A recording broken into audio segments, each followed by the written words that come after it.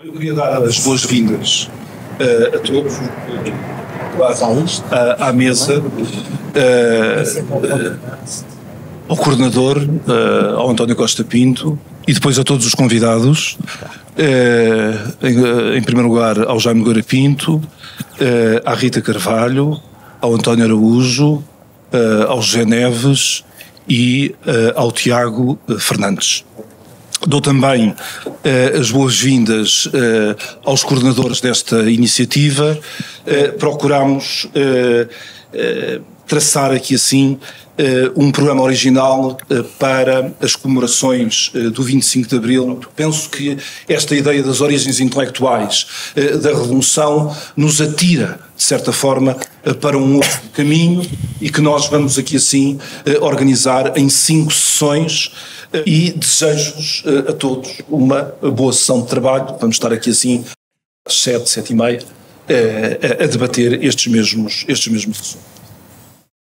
E ao ler estas obras 50 anos depois, 60 anos depois, nós observamos como, efetivamente, a leitura do presente em relação a estas obras não pode ser uma leitura finalista e que, ao mesmo tempo, este é um ponto mais dramático que nós temos e que eu tenho grande dificuldade, muitas vezes, em explicar até aos meus alunos como é que funciona o regime autoritário, porque é que nós temos uma diversidade enorme de regimes autoritários, porque é que eles não são todos iguais, todos imaginam que a censura proibia tudo, é falso, não proibia nada tudo, todos imaginam muitas coisas. Estas obras são, de algum modo, emblemáticas sobre aquilo que era, no fundo, o Estado Novo tardio, a última fase, digamos assim, do Estado Novo, já sobretudo com o seu sucessor, digamos, o sucessor de Salazar, Marcelo Caetano.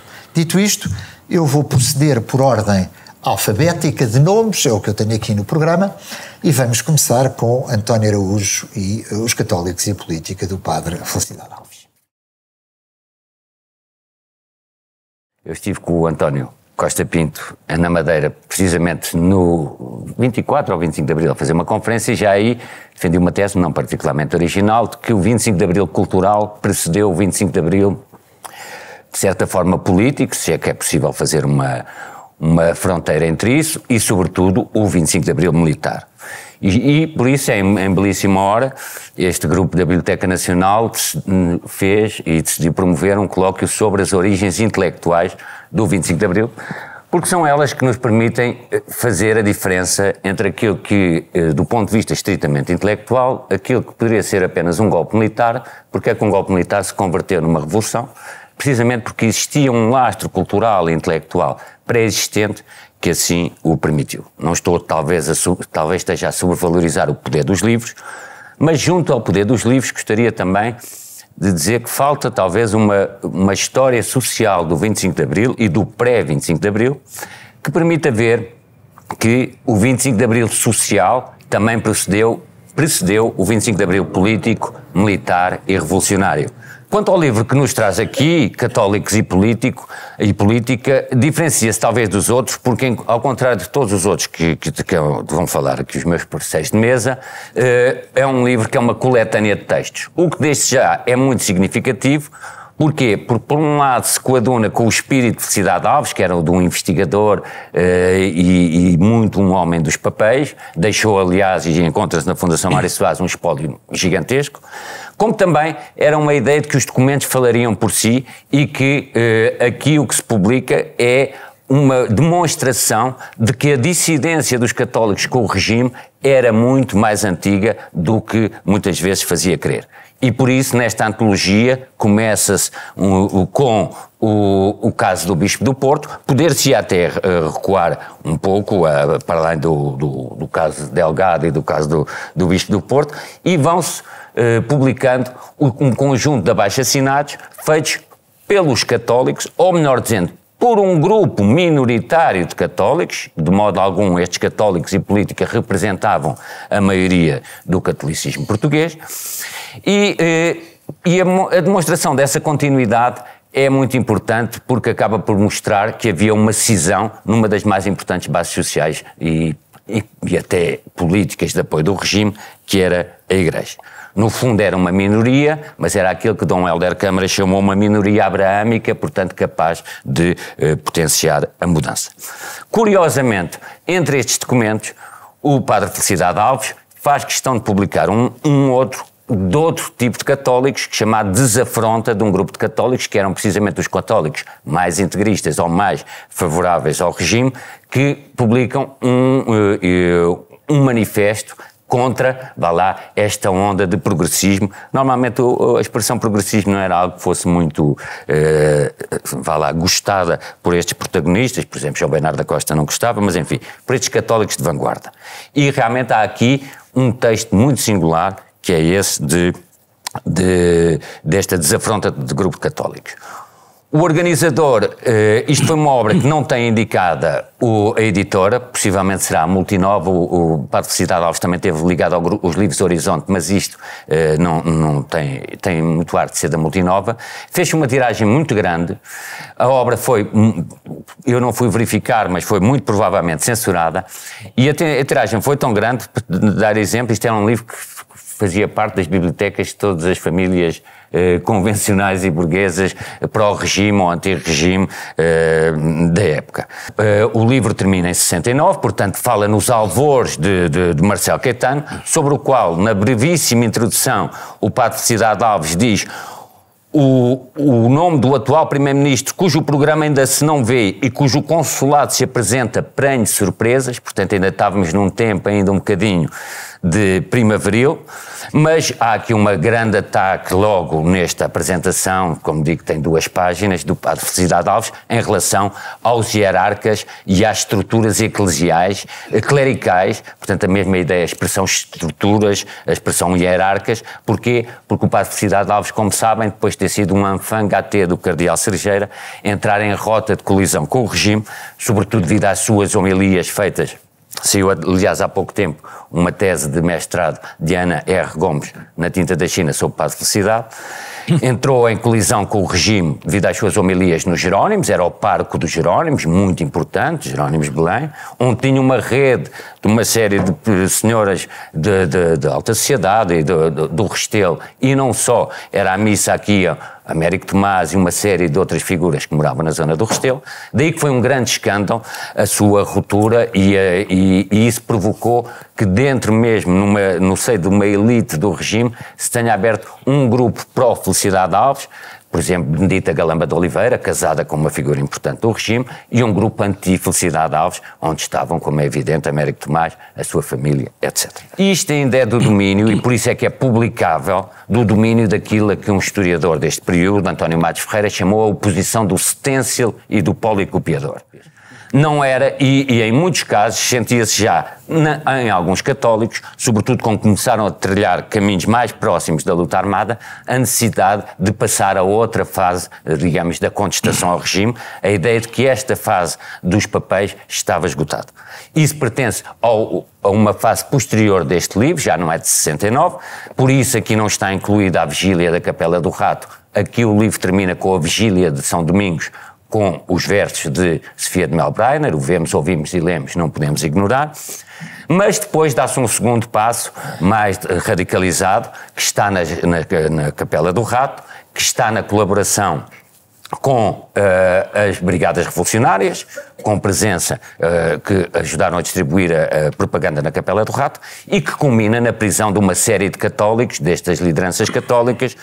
Esta minoria abraâmica, apesar de tudo, permitiu algo que foi interessante, foi que os católicos, ou pelo menos um conjunto deles, e o padre Felicidade e Nuno Teotónio Pereira estarão na tribuna do 1º de maio, falando em nome dos católicos. E, portanto, de certa forma, estes católicos salvaram a face do regime no pós-25 de Abril, permitindo à Igreja apresentar-se com algumas credenciais democráticas. Muito obrigado. É um livro, de certo modo, emblemático, permite falar de 2 coisas.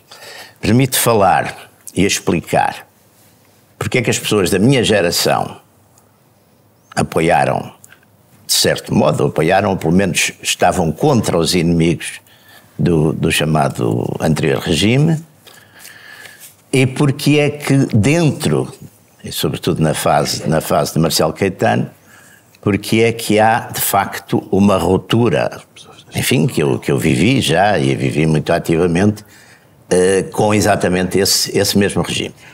E, portanto, em 61, com a questão da do início da Guerra da África, em Angola, que eu tenho, eu e muita gente da minha geração, e uns mais velhos, outros mais novos, temos de facto uma certa volta, porque com razão ou sem ela, entusiasmou-nos muito nessa altura e viramos muito as nossas convicções ideológicas e entramos de facto na ideia de um nacionalismo, e tínhamos de facto a ideia que exatamente pela própria história se prova que era uma utopia, mas há tantas utopias, umas melhores, outras piores. Tínhamos de facto essa utopia do integracionismo do então ultramar e fazer de facto a tal nação multicultural. A gente acreditava nisso, quer dizer, achava que era possível. Houve muita gente que acreditou nisso e houve muita gente que foi coerente nisso. Fernando Pacheco de Amorim também, desculpem só acrescentar aqui um ponto, Fernando Pacheco de Amorim também é uma personalidade, eu conheci-o bem e fui amigo dele. É uma personalidade muito interessante. Fernando Pacheco de Amorim, em 46, que vinha de uma família muito salazarista, era filho do professor Diogo Pacheco de Amorim, que era um homem de Coimbra, muito próximo de Salazar. Fernando Pacheco de Amorim, em 46, esteve envolvido numa revolta anti-Estado Novo, a revolta da Mialhada, e esteve 2 anos preso em Peniche, por causa disso. Portanto, não era propriamente também um alto dignitário do regime. É um homem crítico de algumas das reformas de Adriano Moreira, porque ele pensa, Pacheco de Amorim é um integracionista e pensa que há uma deriva, chamemos-lhe assim, neocolonial, que aliás é o tema fundamental deste livro, é que há uma deriva neocolonial, de certo modo racista, ou até usando uma linguagem agora mais divulgada, supremacista branca, em relação ao futuro desse ultramar, e ele não, ele é um partidário do integracionismo puro e duro. E, portanto, o que é que ele faz neste livro? Ele neste livro começa por parte, enfim, que é um livro como o António Costa Pinto falou, lembra-me que nós na altura este livro é uma edição, ele por exemplo não conseguiu nenhum editor normal, fez uma edição própria, que teve alguns apoios, mas eu lembro-me que até se andaram a buscar esses apoios, enfim, não foi um crowdfunding, mas foi uma coisa desse género, foi assim, pequenas contribuições. Este livro de que é que consta? Primeiro, ele fala nessas duas políticas, ele fala na política que ele chama de neocolonialista, que é, digamos, a política que ele considera que é a política tradicional dos impérios europeus, ou seja, que é, na definição de imperialismo do Hobson e do Lenin, é o domínio político-militar para fazer exclusivamente a exploração económica. Portanto, se a exploração económica se puder fazer de outra maneira, continua a fazer-se. E, portanto, ele mostra essas duas diferenças. Aliás, ele fala muito da experiência francesa e opõe-se exatamente a isso que ele considera uma forma neocolonial. A seguir, ele vai procurar mostrar que o Dr. Marcelo Caetano, nos seus escritos do passado, o Dr. Marcelo Caetano foi ministro das colónias, foi uma pessoa sempre muito ligada e que escreveu muita coisa sobre a África, sobre o ultramar, sobre as colónias, sobre tudo isso. E, portanto, que o Dr. Marcelo Caetano, no seu passado e no seu pensamento, tem exatamente, agora como primeiro-ministro, não é claro sobre o que é que quer fazer, é ambíguo, ele aponta essa ambiguidade. A seguir, o que é que ele faz? Ele escreve o livro nos finais de 70, o livro sai em janeiro de 71, se não estou em erro. Portanto, já há bastantes proclamações, já há bastantes intervenções de Marcelo Caetano sobre esta matéria, e ele vai respigar em tudo o que Marcelo Caetano disse até aí sobre esta área. Ele vai dizer aquilo que ele quer, de certo modo, para provar a tese dele, que é o complot par l'issement, ou seja, não podendo apresentar, até porque tem uma forte oposição dentro do próprio regime, Marcelo Caetano não podendo apresentar claramente essa linha pró-independentista, está a prepará-la, a criar factos que necessariamente derivarão e levarão a essa finalidade. Depois, na parte final, ele pega no projeto de revisão, que é o tal projeto de revisão que retira determinados princípios integracionistas que havia na Constituição e que depois também levanta aquelas questões que na altura foram muito faladas, a designação honorífica de Estado, que podia ser dada a Angola e a Moçambique, etc. Portanto, isto vem em que conjuntura? Vem na conjuntura 70-71, já o Dr. Marcelo Caetano tinha começado com uma política fazendo os tais sinais de abertura e depois tinha restringido, digamos, no futuro, a seguir ao 25 de Abril, Pacheco de Amorim é um dos fundadores do Partido do Progresso, também com esta ironia da sorte, que sendo a grande oposição que fazíamos a Marcelo Caetano, a ideia federalista de federalismo, criou-se um partido que se chamava Movimento Federalista Português, mas pronto, era as condições, o Lenin saberia defender isso também bem, eram as condições reais da situação política, e depois do 28 de setembro, enfim, o Pacheco de Amorim, como muitos outros, o Júdice e eu próprio, só que eu não estava cá, estava em Angola. Fomos, os que foram apanhados foram para a prisão e o partido federalista, o Movimento Federalista Português foi dissolvido, digamos, naquela confusão e na confusão relativamente útil do 28 de setembro, da intentona e de tudo isso. Enfim, tenho a felicidade de falar sobre este livro e a responsabilidade. A felicidade é porque passam 60 anos sobre a data, digamos assim, do mesmo. Enfim, é um livro que está na base, digamos assim, da elaboração do primeiro programa político com princípio, meio e fim do Partido Comunista Português e, portanto, esse mesmo documento, de resto, várias das ideias que nele se encontram serão plasmadas depois em vários documentos congressuais e programáticos do Partido Comunista Português, e algumas dessas ideias podem ainda ser encontradas hoje, digamos assim, no discurso e na análise e nas propostas políticas do Partido Comunista Português. Do ponto de vista da documentação escrita, formulado pela primeira vez de forma mais consistente entre o Partido Comunista Português e aquilo que era uma oposição à sua esquerda então emergente, já aqui foi referido o nome de Francisco Martins Rodrigues, e nesse diálogo a questão que é frequentemente colocada sempre é de justamente medir a tensão entre as condições objetivas políticas, neste caso em particular, não apenas económicas e sociais, e, enfim, um certo voluntarismo que permitiria ou não, digamos assim, um salto revolucionário nesse contexto. A questão do levantamento armado é aí colocada pela primeira vez e há aspectos do livro que, relendo agora, têm o seu interesse, e isso foi particularmente valorizado logo a seguir ao 25 de Abril e de então em diante, que é justamente um dos argumentos utilizados por Álvaro Cunhal no livro, é o de que uma das condições ausentes para uma ofensiva revolucionária, uma das condições ausentes para que essa ofensiva se pudesse concretizar, tinha que ver justamente com a falta de uma organização revolucionária mais consistente junto de sargentos, soldados, como de alguma maneira essa ausência se teria refletido no contexto do golpe de Beja. E justamente a insistência de que trabalhar nesse sentido seria uma via interessante para que as condições políticas para uma revolução se proporcionassem, e isto articulava-se também nesse contexto com a discussão sobre como é que os militantes do Partido Comunista deveriam comportar-se em relação à guerra colonial, se deveriam desertar ou se deveriam fazer um trabalho interno, digamos assim, no interior do Exército. E a sua autoria é uma autoria, enfim, que identificamos com Álvaro Cunhal, mas a questão da autoria do documento na altura em que ele é discutido vai de si, mas não é tão relevante assim.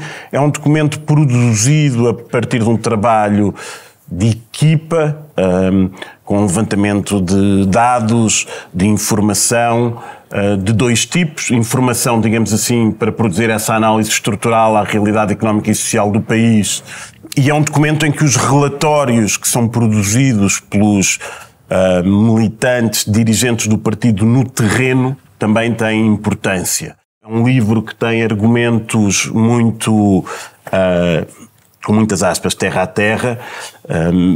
Portanto, a questão da fome, a questão de que Portugal não é um país pobre, um slogan que vem da história do Partido Comunista Português, que vem dos contributos de maior fogo de Cunhal nos anos 50, ainda produzidos na prisão em torno da questão agrária. É um aspecto interessante porque um dos acrescentos em relação a um documento congressual de 1963 do Partido Comunista que o Rumo à Vitória traz é o acrescentar de um 8º ponto sobre a questão da elevação da vida cultural da população portuguesa, a própria ideia de uma revolução cultural que aqui assimila coisas como o combate ao analfabetismo, mas que também é sensível já a uma transformação, se quisermos, enfim, da composição dos trabalhadores portugueses e uma certa sensibilidade à emergência, enfim, de algumas dimensões que depois virão a caracterizar uma economia mais terciária. Queria só sublinhar um outro aspecto que tem que ver com a questão colonial. Ela aparece aqui neste documento pela primeira vez de uma forma mais consistente nos documentos congressuais do Partido Comunista Português. Enfim, é sabido que no final dos anos 50 é que o Partido Comunista Português tinha adotado uma resolução, através de Jaime Serra, inequivocamente em apoio à autodeterminação e ao direito à autodeterminação dos povos colonizados pelo colonialismo português. O Partido Comunista Português já nos anos 50, mas de então em diante é muito importante dizer que Portugal não é um país pobre, porque isso significa argumentar que Portugal não precisa de um império para se constituir como um país desenvolvido. Pelo contrário, o argumento que é desenvolvido em Rumo à Vitória é que Portugal continua ao ter um império sobre o qual efetivamente não tem sequer um controle que não é, na argumentação de Cunhal, um controle em grande medida indireto por via dos interesses imperialistas que não eminentemente colonialistas de potências europeias. Portugal continua a manter-se numa posição subalterna, no fundo aquilo que Cunhal chama uma posição semicolonial, enfim, numa reinterpretação, vamos colocar assim, muito criativa da ideia de semicolónia do argumento de Lenin no imperialismo. Há uma grande disponibilidade para as dimensões imprevisíveis do processo histórico em Rumo à Vitória. E isso é muito interessante e vai um bocado contra o que o António dizia. Quer dizer, esta coisa das revoluções, já que estamos a discutir, nós podemos ir atrás das origens delas e devemos, certamente. Mas elas criam a sua própria história e é por isso que são necessárias. Ou seja, não é que se o 25 de Abril não tivesse existido o regime já estaria em desagregação, não é que as transformações económicas, sociais e políticas e culturais da sociedade portuguesa já nos tivessem levado àquilo onde o 25 de Abril nos levou. Não, ele cria a sua própria necessidade. E para o Cunhal isso é muito importante por uma questão. É que a Revolução de Abril, ou a Revolução Democrática e Nacional que virá, como ele diz evidentemente neste contexto, não é uma revolução que tenha por objetivo necessariamente uma transformação socialista, isto nunca é colocado nesses termos, portanto uma mudança do modo de produção, mas não é também, certamente, apenas uma mudança de governo, nem uma mudança de regime, não é? A questão do Estado é muito importante para o Cunhal, a ideia de que a revolução que virá terá que desmantelar o Estado fascista, que não é só uma questão de regime, tem que ver com formas de funcionamento do Estado. E há aqui uma ideia de Estado que respeita, digamos assim, que não é instrumental, pura e simplesmente. Portanto, o Estado não se resume nem ao governo, nem ao regime, nem está em causa simplesmente transformar a sociedade. Há um problema que tem a ver com a natureza do Estado e este é um tópico que o Cunhal retomará nos balanços sobre, digamos assim, os limites da Revolução de Abril, quando depois sobre ela escreverá mais do que uma vez. Enfim, o seu último texto, um dos seus últimos textos, será justamente sobre isso.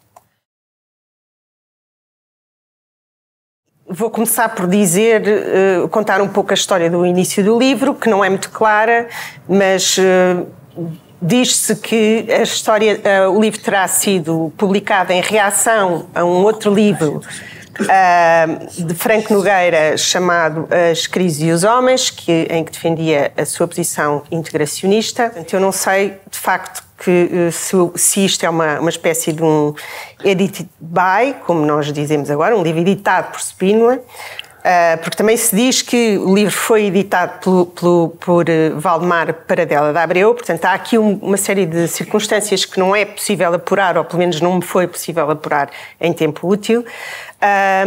E então terá sido esse editor que terá juntado as várias partes do livro, que escrito pelos tais subordinados de Spínola, e depois terá dividido o livro em 5 partes, distribuído por gráficas diferentes, com medo da censura. Eu tenho alguma dificuldade em acreditar nisto, gostava que isto fosse comprovado por depoimentos, enfim, mas terá sido distribuído por 5 gráficas diferentes. Eu vou explicar porquê, porque o conteúdo do livro não é revolucionário, não é assim uma coisa estrondosamente nova, como se poderia pensar. O que é certo é que o livro não foi proibido, foram feitas 5 edições no ano de 1974, antes do 25 de Abril. Primeiro faz um diagnóstico da crise em 1974, em Portugal, depois acaba por explorar aquilo que ele diz, as 2 posições existentes no momento relativamente ao ultramar. Uma era o integracionismo e a outra era o puro e simples abandono. Os princípios gerais da tese de Spínola são estes, são a desconcentração e a descentralização de poderes, aquilo que ele chama a progressiva africanização das estruturas político-administrativas. Depois fala na questão de uma heterogeneidade geral, isto é, a grupos culturais heterogéneos têm de corresponder a legislação de natureza distinta.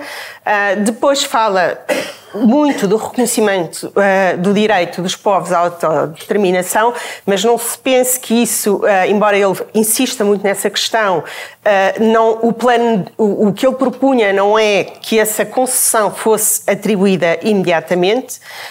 O que ele defendia era que era necessário haver um período de preparação e depois então, já depois de ter preparado as mentes para a aceitação de alguma forma desta estrutura federal que ele propõe, esta ideia seria referendada e ele estava muito convicto que que teria a adesão de todos dos povos coloniais. Há uma ideia interessante que porque há quem diga, por exemplo, o Rui Ramos, eu estive a ouvir um podcast, o Rui Ramos diz que o Spínola terá escrito o livro com esta tese assim, meia, não muito radical, porque era a única forma que o livro acabasse por ver a luz do dia e que não fosse proibido pelo regime.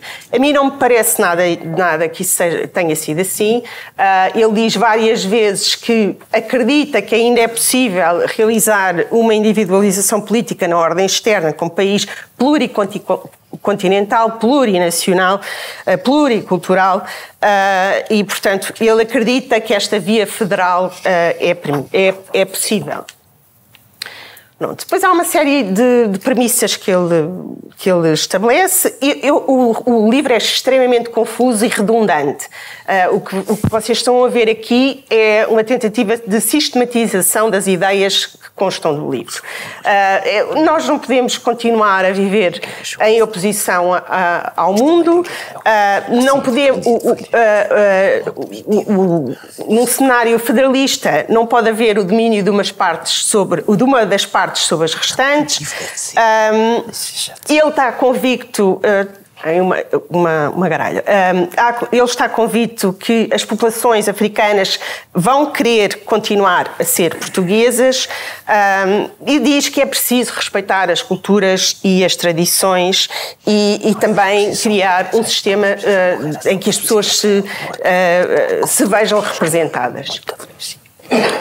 Depois há aqui uma frase que de alguma forma me surpreendeu na economia do texto, porque está lá, não sei onde, metade do texto ou qualquer coisa assim, metade do livro ou qualquer coisa assim, em que tem esta ideia de que lusotropicalista, de que não existe preconceito racial em Portugal e fala na espantosa capacidade de miscigenação cultural dos portugueses.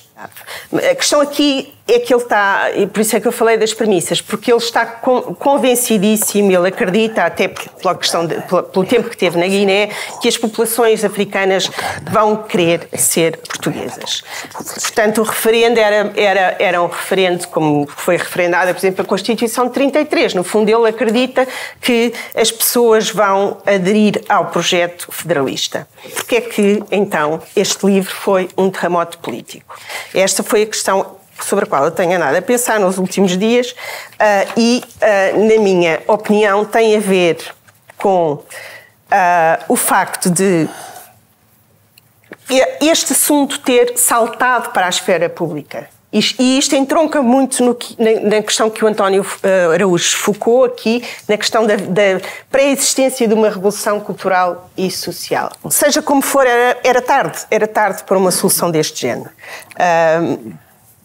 O Costa Gomes diz, e eu concordo, que a importância deste livro é muito mais simbólica do que propriamente por via do seu conteúdo, digamos assim. Há aqui uma sociedade que é capaz de acolher e discutir as ideias do General Spínola, se bem que eu duvido que muita gente tenha lido o livro na íntegra. E pronto, fiquem por aqui. O livro Portugal Amordaçado é um livro que eu gosto bastante e, portanto, a minha opinião não é isenta. Presumo que talvez o mesmo seja partilhado pelos meus colegas.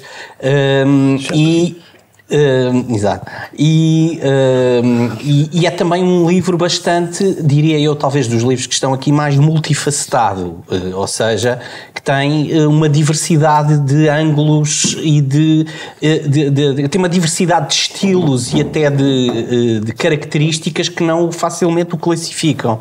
Em primeiro lugar, é um livro de denúncia política de um regime autoritário, portanto é uma invectiva política, uma polémica contra um inimigo político, argumentada, bem ou mal, mas é também um dos primeiros livros de ciências sociais ou até quase de ciência política, de análise das estruturas políticas e sociais que sustentam uma ordem política autoritária. O livro é de 71, 72 e não havia investigação na altura, praticamente, sobre a natureza do Estado Novo enquanto regime político e que ordem social é que está subjacente à estabilidade e à durabilidade desse regime. Cunhal talvez tenha uma parte com outros ângulos, aquilo que Mário Soares chama uma ordem clerical fascista, e onde o exército e a igreja são fundamentais na manutenção do regime, com uma determinada ideologia, e também da análise do elemento colonial, a exploração colonial, a exploração do império por um conjunto de empresas, de certa maneira, da metrópole, rentistas, que exploram o trabalho semi-escravo, basicamente. Não é? Portanto, é também um livro de sociologia política do regime do Estado Novo, talvez o primeiro, evidentemente com lacunas, deficiências, falta de acesso a fontes e tudo mais, embora ele utilize relatórios internacionais, etc., para sustentar a sua argumentação. É também uma análise da oposição, da história da oposição, é talvez a primeira grande história e, na minha opinião, em alguns aspectos ainda pouco ultrapassada, em alguns aspectos, da oposição, da longa oposição ao Estado Novo. Portanto, é um livro também que é uma espécie de protociência social de um regime autoritário, da sua ordem, das suas elites, mas também dos seus opositores. É depois também um livro de quase autobiográfico, a autobiografia de um político e de um escritor e de um cidadão, e com todo o lado romanesco que isso tem também, de hesitações, de crescimento intelectual, de dúvidas intelectuais.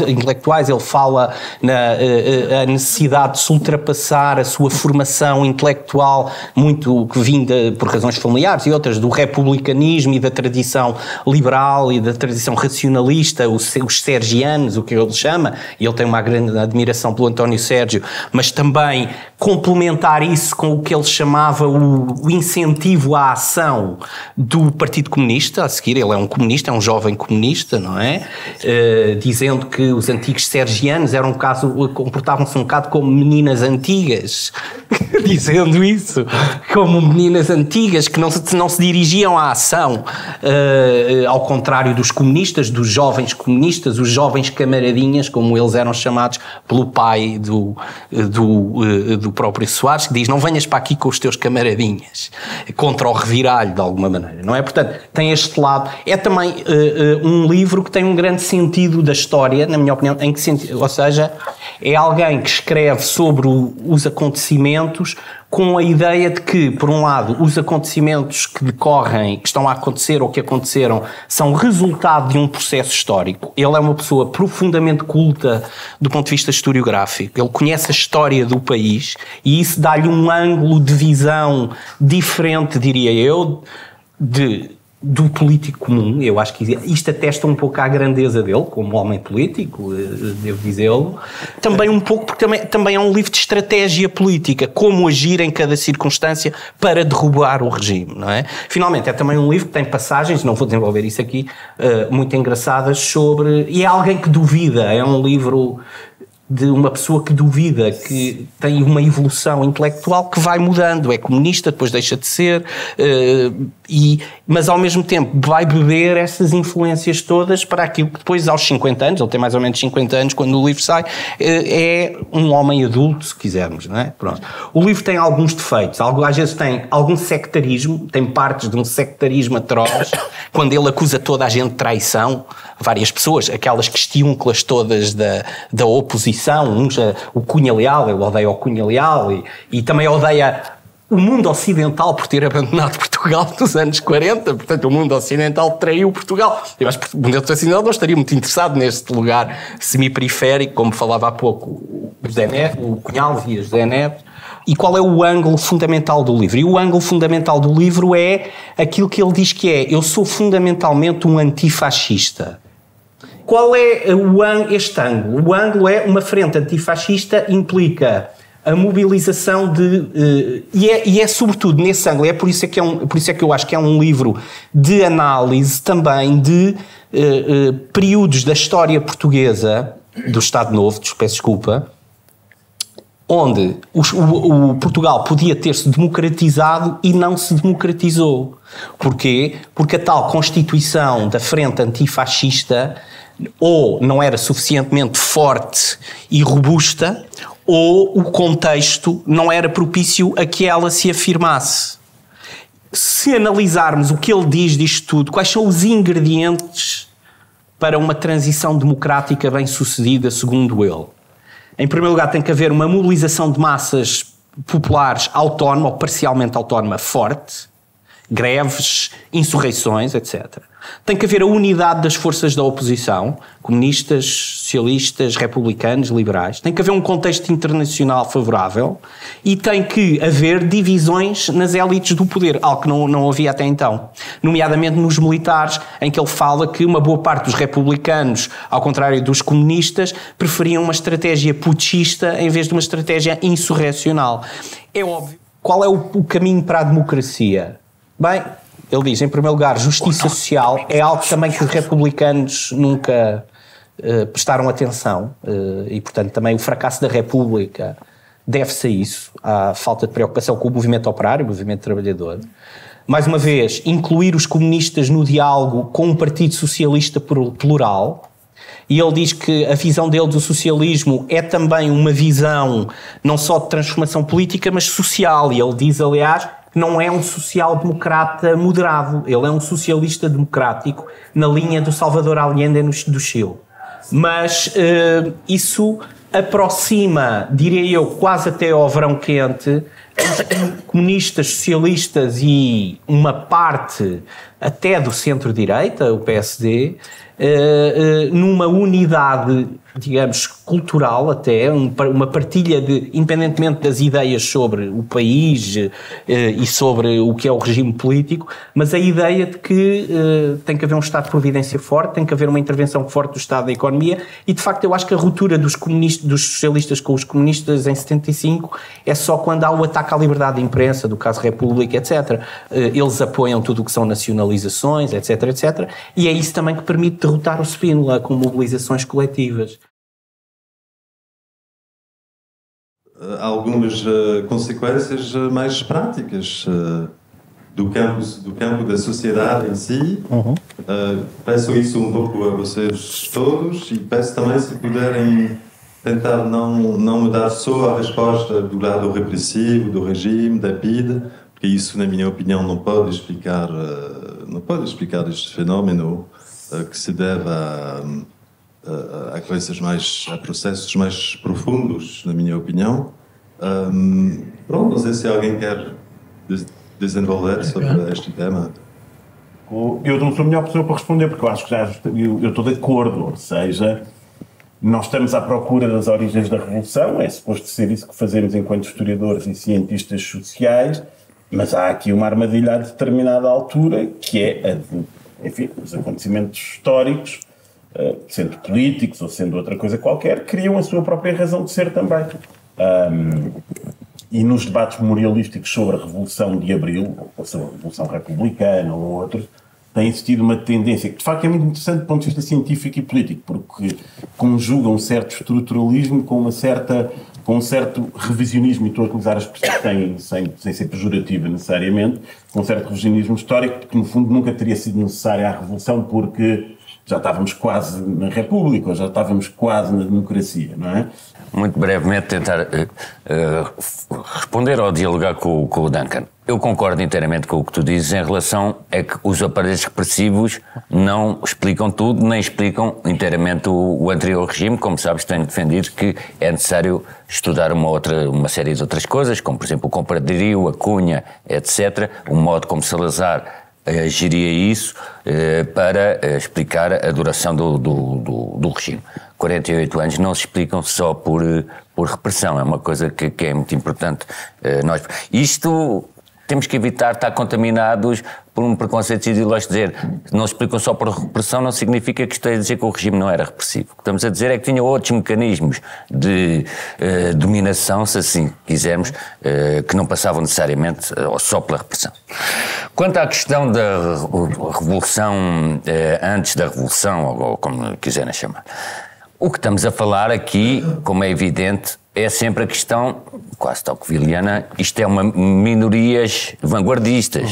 Se nós fôssemos, e há descrições disso, até por exemplo junto do antigo reitor Guilherme Braga da Cruz, ver as instalações da Associação Académica de Coimbra, com cartazes do Ho Chi Minh, estamos a falar antes do 25 de Abril, etc. O Manuel Braga da Cruz, o Guilherme Braga da Cruz, ficou impressionadíssimo ao ver os bustos de Marx, etc., e coisas assim. Isso era assim que estavam é preciso dizer, o calhas económicos estavam com os cursos livres. As universidades estavam completamente em ebulição, umas mais que outras, mas estavam. Agora, dizer isso não significa que estava-se a fazer a revolução. A tua pergunta era, então se isso estava tudo em ebulição, porquê é que não houve mais cedo a revolução? Não, aqui a revolução, isso é um wishful thinking, ou se quisermos uma história virtual. Aconteceu, como disse Zé Neves, quando tinha que acontecer, isso aí. O que é importante perceber era que depois não houve uma contra-revolução vitoriosa. Isto é, na altura até se falava num golpe do Caús, etc, etc. E o que é facto é que no verão quente, apesar de algumas tentativas, nada disso teve adesão. Por isso podemos dizer que havia uma adesão de umas minorias vanguardistas, dos estudantes, de uma série de elites, havia uma passividade da maioria, mas que depois aderiu ao projeto do 25 de Abril. Isso acho. Porque depois era uma questão que também se discutia muito, que era, nas vésperas do 25 de Abril, um estádio de Alvalade, ou no Estádio Nacional, tinham ovacionado Marcelo Caetano, como se daí se tirasse que havia uma maioria silenciosa para o regime.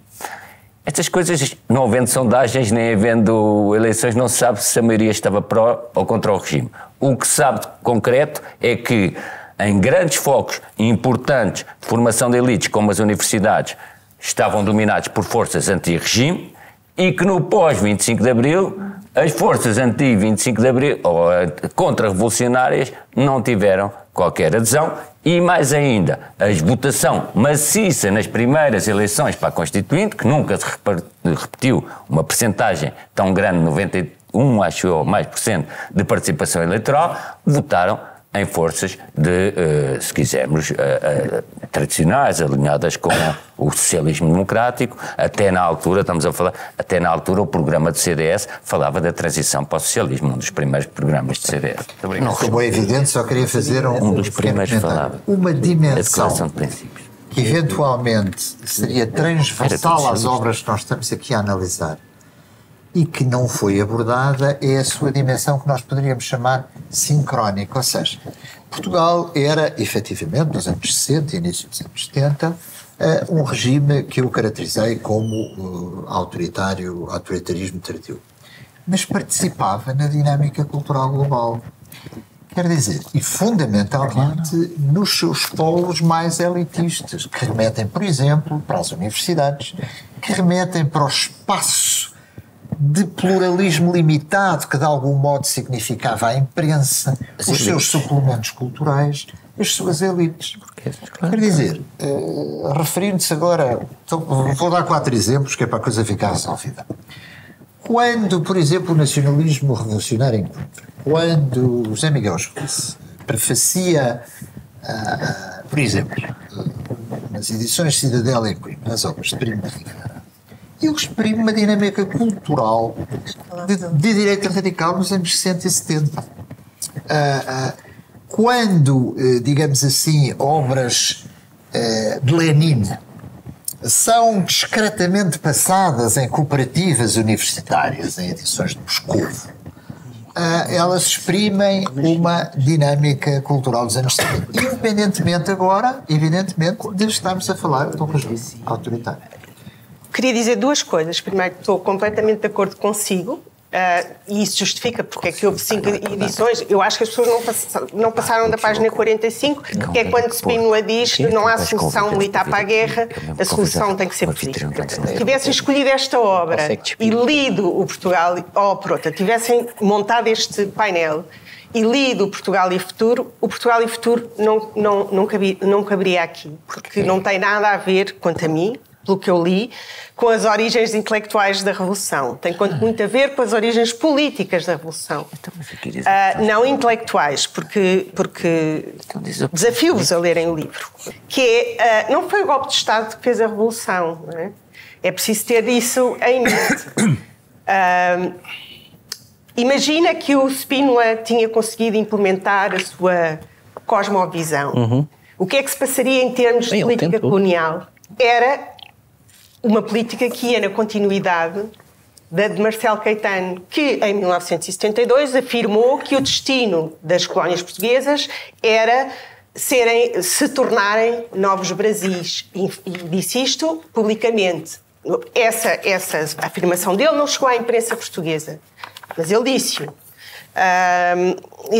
Portanto, o modelo federal tinha continuidade. A questão da Revolução Portuguesa é mais complexa. Não tem essa leitura, foi o 25 de Abril, foi o golpe de Estado de 25 de Abril que acabou com o regime. Não foi. Foi as dinâmicas que seguiram ao golpe de Estado do 25 de Abril, que é uma coisa diferente. Ora bem, quanto ao Dr. Soares, eu conheci relativamente bem o Dr. Soares, pessoalmente.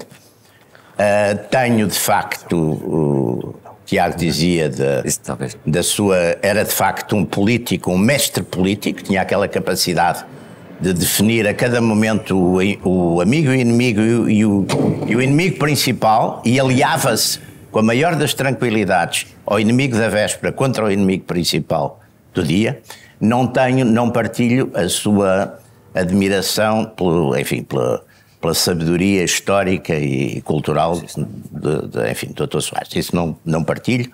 Enfim, tem as suas qualidades. Essa não faz parte da minha... Eu conheço relativamente as coisas dele. Não faz parte, de facto, esse lado. A Guerra da África dá aí uma certa duração, porque tem exatamente, por um lado tem a oposição tradicional, o Cunha Leal, chamado reviralho ou republicanos históricos, que nessa altura apoia Salazar.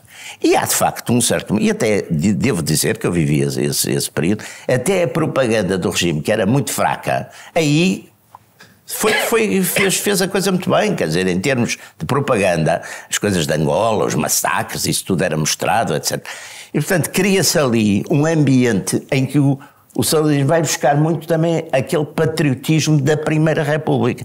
E isso dá uma certa... que se prolonga, mesmo nos militares, eu, enfim, conheci bastante um bocadinho esse meio, até 65, 66, há um certo entusiasmo à volta das coisas. Agora, depois dá-se exatamente o contrário, e é isto de que falamos aqui, quer dizer, o general Spínola, eu aliás lembro-me que nós na política fazíamos muito, enfim, tínhamos a censura, portanto tínhamos que ter cuidado para fazer passar as coisas, mas eu lembro-me que fazíamos muitos paralelos com a Argélia Francesa, onde o general de Gaulle tinha sido chamado pelos partidários da Argélia Francesa para salvar a Argélia Francesa, e depois deu a volta, e que aliás também de certo modo era a tal coisa que se dizia de Spínola, é preciso ser um herói de um império para acabar com esse império. É mais fácil, quer dizer, é mais fácil. E de facto o Spínola nesse aspecto fez, e o Spínola criou, na Guiné criou uma área de propaganda dele próprio, não sei se alguns se lembram, daqueles retratos que apareceram no Paris Match, ele, tipo Erich von Stroheim, com um monóculo que não tinha graduação. Sabiam isso? Eu sabia. O monóculo não tinha graduação. Muito obrigado. Eu vou encerrar este debate. Muito obrigado a todos, aos participantes, também ao público que colocou algumas questões. Muito obrigado.